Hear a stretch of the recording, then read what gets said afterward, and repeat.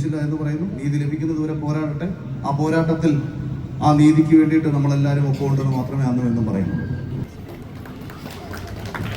അഖിലെ, നമുക്ക് അവരിലേക്ക് പോകുന്നതിന് മുന്നേ സോഷ്യൽ മീഡിയയിൽ ഇപ്പോൾ കഴിഞ്ഞ ഒരു മാസമായിട്ട് അഖില് ആടിത്തിമുറുക്കുകയാണ് എന്നറിയാം. നമ്മൾ യൂണിറ്റി മൾട്ടി സ്പെഷ്യാലിറ്റി ക്ലിനിക്കിൻ്റെ ഔപചാരിക ഉദ്ഘാടന ചടങ്ങ് വന്നതെന്നറിയാം. എങ്കിലും എല്ലാവരുടെയും കൊണ്ടുള്ള ചോദ്യമാണ് ചോദിക്കുന്നത്. ചോദിക്കാൻ പറ്റുമോ ഇല്ലയോ എന്ന് എനിക്കറിയില്ല. ചോദിച്ചോട്ടെ, ശ്രീനിവാസ് സാർ ചോദിച്ചോട്ടെ. ഇപ്പോൾ കഴിഞ്ഞൊരു കോൺട്രവേഴ്സിയെ കുറിച്ചാണ് ചോദിക്കുന്നത്. ഒന്ന് ചോദിച്ചോട്ടെ. അതെ, ദിലീപേട്ടന് എനിക്ക് തോന്നുന്നു ഐക്യദാർഢ്യം പ്രഖ്യാപിച്ചുകൊണ്ട് അഖില് ആ സമയത്ത് ഒരു കാര്യം പറഞ്ഞിരുന്നു. പക്ഷെ അത് ട്രസ്റ്റ്ഫുൾ ആയിട്ട് കറക്റ്റ്, പീസ്ഫുൾ ആയിട്ട് കറക്റ്റ്, അത് അനുയോജ്യമായിട്ടൊരു വിധി വന്നു എന്നുള്ളതാണ് വന്നിരിക്കുന്നത്. എങ്കിലും മറ്റു പലരും പറയുന്നത് അത് കറക്റ്റ് അല്ല, അദ്ദേഹമാണ് ചെയ്തിരിക്കുന്നത്, അദ്ദേഹത്തിന് കുറ്റം സംഭവിച്ചിട്ടുണ്ടെന്നുള്ളതാണ്. ഈ നിമിഷം ലൈവായിട്ട് നമ്മുടെ ഓമന വിവാസികളുടെ ഇടയിൽ വെച്ചിട്ട് എന്തായാലും രണ്ട് വാക്ക് പറയണം. കാര്യം എന്ന് വെച്ചാൽ അഖിൽ എല്ലാത്തിനും പ്രതികരിക്കുന്ന ഒരാളാണ്. ഇതിനെക്കുറിച്ച് നമ്മുടെ പ്രിയ നടൻ ദിലീപേട്ടനെ കുറിച്ച് അനവസരത്തിലുള്ള അനാവശ്യ ക്വസ്റ്റ്യൻ ആയത് ഒരു ചോദ്യം ചോദിക്കുമ്പോൾ ഒഴിഞ്ഞു മാറി പൊതുവെ ശീലമില്ലാത്തതുകൊണ്ട് ഞാൻ മറുപടി പറയാം. ഞാൻ ഏതൊരു വിഷയത്തെയും സമീപിക്കുന്നത് ആ വിഷയത്തിൻ്റെ സത്യം തിരിച്ചറിഞ്ഞ് ആ സത്യത്തിന് വേണ്ടി സംസാരിക്കുക എന്നുള്ളതാണ്. എന്നെ സംബന്ധിച്ച് എനിക്ക് മുമ്പിൽ രാഷ്ട്രീയമില്ല, മതമില്ല, ജാതിയില്ല, ജെൻഡറില്ല. ആണെന്നോ പെണ്ണെന്നോ രാഷ്ട്രീയമോ ജാതിയോ മതമോ ഒന്നും നോക്കിയിട്ടല്ല നാളിതുവരെ എൻ്റെ അഭിപ്രായങ്ങൾ ഞാൻ പറഞ്ഞിട്ടുള്ളത്. ഈ ഒരു പ്രശ്നം കേരളത്തിൽ വലിയ രീതിയിൽ ചർച്ചയാവുന്ന സമയത്ത് അതിൽ ഇരയാക്കപ്പെട്ട പെൺകുട്ടിക്ക് നീതി ലഭിക്കണം. ആ പെൺകുട്ടിയോട് തെറ്റ് ചെയ്തിട്ടുള്ളവന്മാർക്ക് ഏറ്റവും അർഹമായ ശിക്ഷ ലഭിക്കണം. ഇന്ന് കോടതി 20 വർഷം വരെ മാത്രം ശിക്ഷിച്ചു എന്ന് പറയുന്നതിനോട് ഞാൻ മാനസികമായി യോജിക്കുന്നില്ല. 20 വർഷമല്ല, പരമാവധി ജീവപര്യന്തം വരെ ശിക്ഷ നൽകി കുറ്റകൃത്യം ചെയ്തിട്ടുള്ള ആൾക്കാരെ, അതാരായാലും അതിൻ്റെ പിന്നിലൊരു ഗൂഢാലോചന ഉണ്ടെന്നുണ്ടെങ്കിൽ ആ ഗൂഢാലോചന നടത്തിയവരെയും തീർച്ചയായിട്ടും സമൂഹത്തിൻ്റെ മുന്നിൽ, നിയമത്തിന് മുന്നിൽ കൊണ്ടുവന്ന് ഏറ്റവും ലഭിക്കാൻ കഴിയുന്ന ശിക്ഷ നൽകണം. പക്ഷേ തെറ്റ് ചെയ്യാത്ത ഒരാളെ അതിൻ്റെ പേരിൽ ആക്രമിച്ചാൽ ഇല്ലാത്ത കാരണങ്ങൾ കണ്ടെത്തി, ഞാൻ ഇന്ന് ഉച്ച മുതൽ 1700-ലധികം പേജുകളുള്ള കോടതിയുടെ വിധിന്യായം വായിച്ചുകൊണ്ടേയിരിക്കുകയാണ്. അങ്ങനെ ഞാൻ വായിച്ച സമയത്ത് ഞാൻ കണ്ട ഒരു ഭാഗം മാത്രം ഞാനൊന്ന് സൂചിപ്പിക്കാം.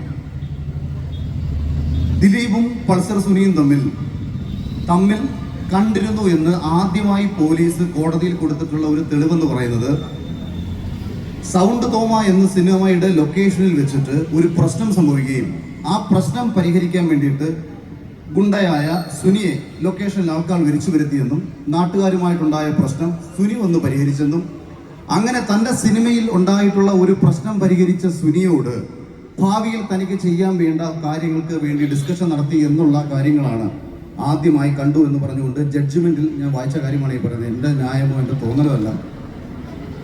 അപ്പോൾ അതിന് തെളിവായിട്ട് അന്നത്തെ അന്വേഷണ ഉദ്യോഗസ്ഥൻ വൈജു പോലീസ് കൊടുത്തേക്കുന്നത്, ഈ ലൊക്കേഷനിൽ വെച്ചിട്ട് പൾസർ സുനി ഇത് ചെയ്തു എന്ന് തെളിയിക്കാൻ വേണ്ടിയിട്ട് അദ്ദേഹം അന്നേ ദിവസം അവിടെ നിന്നൊരു റെസീപ്റ്റ് കൈപ്പറ്റിയിരുന്നു.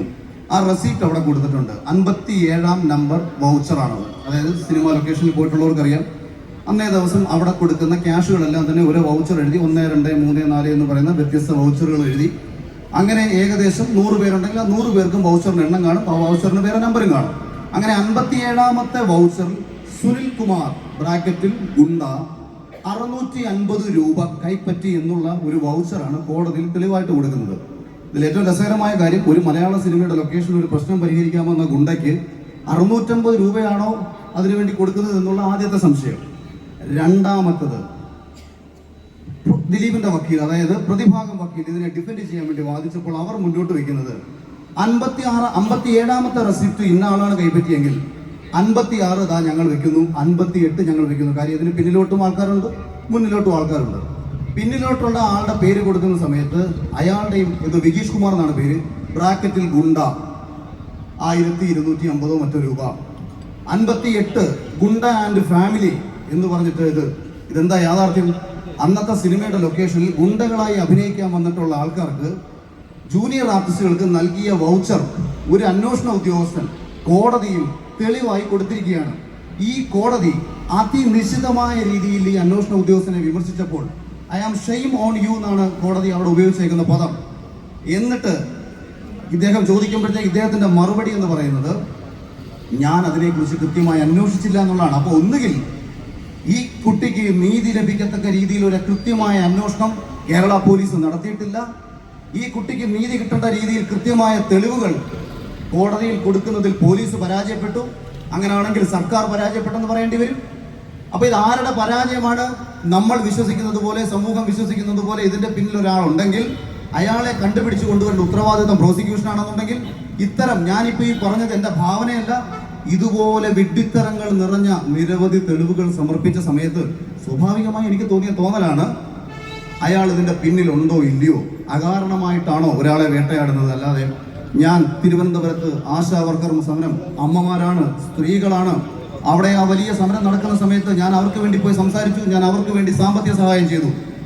ഇപ്പൊ രാഹുൽ മാങ്കൂട്ടത്തിൽ ഈ നാട്ടുകാരനാണ്, അദ്ദേഹം തെറ്റ് ചെയ്തോ തെറ്റ് ചെയ്തില്ല എന്നുള്ളതല്ല, പക്ഷേ ഒരു സമൂഹത്തിൽ ഒരു പെൺകുട്ടി അദ്ദേഹത്തിനെതിരെ ഒരു ആരോപണം ഉന്നയിക്കുമ്പോൾ കോൺഗ്രസ് പാർട്ടി എടുത്ത അതേ നിലപാടിനെ അംഗീകരിച്ചുകൊണ്ട് ആ പെൺകുട്ടിക്ക് വേണ്ടി ഞാൻ സംസാരിക്കുകയും, അല്ലെങ്കിൽ ആ വിഭാഗത്തിൽ ഞാൻ അപ്പുറത്ത് സ്ത്രീകൾക്ക് വേണ്ടി സംസാരിച്ചു.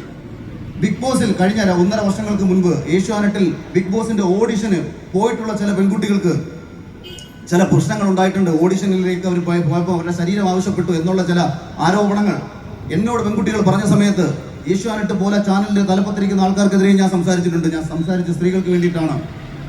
വേടനുമായി ബന്ധപ്പെട്ട പ്രശ്നം വന്ന സമയത്തും സംസാരിച്ച സ്ത്രീകൾക്ക് വേണ്ടിയിട്ടാണ്. അപ്പൊ ഇന്നാട്ടിലെ സ്ത്രീകൾക്ക് സത്യസന്ധമായ രീതിയിൽ ഒരു പ്രശ്നം വന്നാൽ സംസാരിക്കുന്നതിൽ ഒരു മടിയുമില്ല. അതിന്റെ പേരിൽ കുറെ ആൾക്കാർ ചേർന്നിട്ട് തിരിച്ചു പറഞ്ഞു കഴിഞ്ഞാൽ, ദിലീപിനെ ഞാൻ അനുകൂലിച്ചത് കോടതി വെറുതെ വിട്ടതിന് ശേഷം അദ്ദേഹത്തെ ഞാൻ പോയി കണ്ടു. അതിനുശേഷം ഒരു കാര്യം കൂടെ ഞാൻ പറയാം, ഇത്രയും ചോദിച്ചുകൊണ്ടാണ് പറയുന്നത്.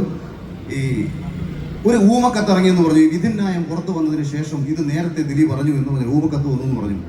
ഞാൻ ദിലീപേട്ടനോട് സംസാരിക്കുന്ന സമയത്ത് അദ്ദേഹം എന്നോട് നേരിട്ട് പറഞ്ഞ വാചകമാണ്, അഖിലെ കോടതി മുറിക്കുള്ളിൽ ഞാൻ നിൽക്കുമ്പോൾ കോടതി ജഡ്ജി വിധി പറയുന്നു, ഫസ്റ്റ് 1-ാം പ്രതി ഗിൽറ്റി, 2-ാം പ്രതി ഗിൽറ്റി, 3-ാം പ്രതി ഗിൽറ്റി, 4-ാം പ്രതി ഗിൽറ്റി, 5-ാം പ്രതി ഗിൽറ്റി എന്ന് ജഡ്ജ്മെന്റ് വായിക്കുമ്പോൾ സത്യത്തിൽ ഒരു 90% ഒരു മരിച്ച അവസ്ഥയായി മാറി. അങ്ങനെ നിൽക്കിട്ട് 6-ാം പ്രതിയും ഗിൽറ്റി എന്ന് പറയുന്നു, 7-ാം പ്രതി നോട്ട് ഗിൽറ്റി, 8-ാം പ്രതി നോട്ട് ഗിൽറ്റി എന്ന് പറഞ്ഞപ്പോൾ ഇദ്ദേഹം എന്നോട് പറഞ്ഞാണ്, നോട്ടല്ല, ക്യാഷല്ല, നോട്ട് എന്ന് പറയുന്ന ഒരു വാക്കിന് ഒരു ജീവിതം തന്നെ തിരിച്ചു തരാൻ നൽകുന്ന ഒരു അർത്ഥമുണ്ടോ എന്ന് എന്നോട് ഇദ്ദേഹം പറയുമ്പോൾ, ഇദ്ദേഹത്തിന് നേരത്തെ ഈ വിധി കേട്ടിരുന്നുണ്ടെങ്കിൽ അങ്ങനെ ടെൻഷൻ അടിച്ച് കോടതിക്കുള്ളിൽ നിൽക്കേണ്ട കാര്യമുണ്ടോ? എന്നോടത് സംസാരിക്കേണ്ട കാര്യമുണ്ടോ? ഞാൻ 2024 ആ മനുഷ്യനോട് ആദ്യമായി സംസാരിക്കുന്നത് അനീഷെ. അതിനു മുൻപ് 2017 മുതൽ എൻ്റെ സംശയങ്ങൾ മാത്രമാണ് പങ്കുവച്ചത്. ഇത്ര ചോദിച്ചുകൊണ്ട് പറഞ്ഞതാണ്, സത്യം തെളിയട്ടെ. അതിജീവിത ഇന്ന് നീതി ലഭിച്ചില്ല എന്ന് പറയുന്നു, നീതി ലഭിക്കുന്നത് വരെ പോരാടട്ടെ. ആ പോരാട്ടത്തിൽ ആ നീതിക്ക് വേണ്ടിയിട്ട് നമ്മളെല്ലാവരും ഒപ്പം ഉണ്ടെന്ന് മാത്രമേ അന്നും എന്നും പറയുന്നു. Thank you. കുമാർ കുറച്ച് കണ്ടന്റ് വേണം, അതിന് വേണ്ടിയിട്ട്